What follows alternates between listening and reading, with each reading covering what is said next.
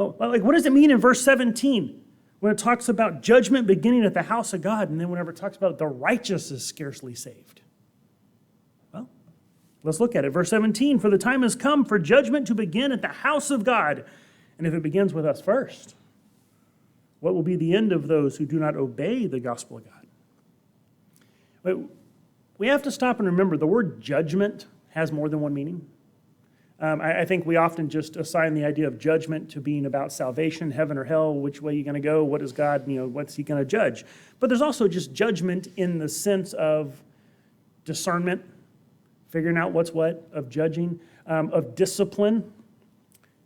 We actually see this principle at work throughout Scripture, where whenever it comes time for God to judge, he starts with his own house first. Didn't Jesus say a little something about worrying about the plank in your own eye before you get to the speck in other people's? That's a principle that God himself, whenever his people, whenever it's time for judgment, he starts at his house. In Amos chapter 3, verse 2, says, you only have I known. He's talking to Israel. Says, you only have I known of all the families of the earth. Therefore, I will punish you for all your iniquities. So he's saying, because you're my family, because you're my people, we're going to get some things straight. You've been disobedient, and so because you are my people. In Ezekiel chapter 9, Ezekiel is describing a vision that he had, where God is judging disobedient, idolatrous Israel. And in the vision of the judgment for Israel's sin, it says in Ezekiel 9:6, utterly slay old and young men, maiden and little children, women, but do not come near anyone on whom is the mark. Let me back up and explain. In the vision, Ezekiel has seen that God calls 3 angels before him, and he has one angel go through all of Jerusalem and put a mark on those who have remained faithful. And then he tells the other 2, now you go start punishing and meting out justice for those who have been disobedient and idolatrous, and leave alone the ones who have the mark. And so he says, they're continuing in verse 9:6, begin at my sanctuary. And so they began with the elders who were before the temple. So he says, it's time for judgment to come, and I'm starting in my own house. In the book of Revelation, right? Whenever we want to talk about Revelation, what do we always talk about? The pouring out of the wrath, right? You got the trumpets, you got the bowls, God pouring out wrath on the world.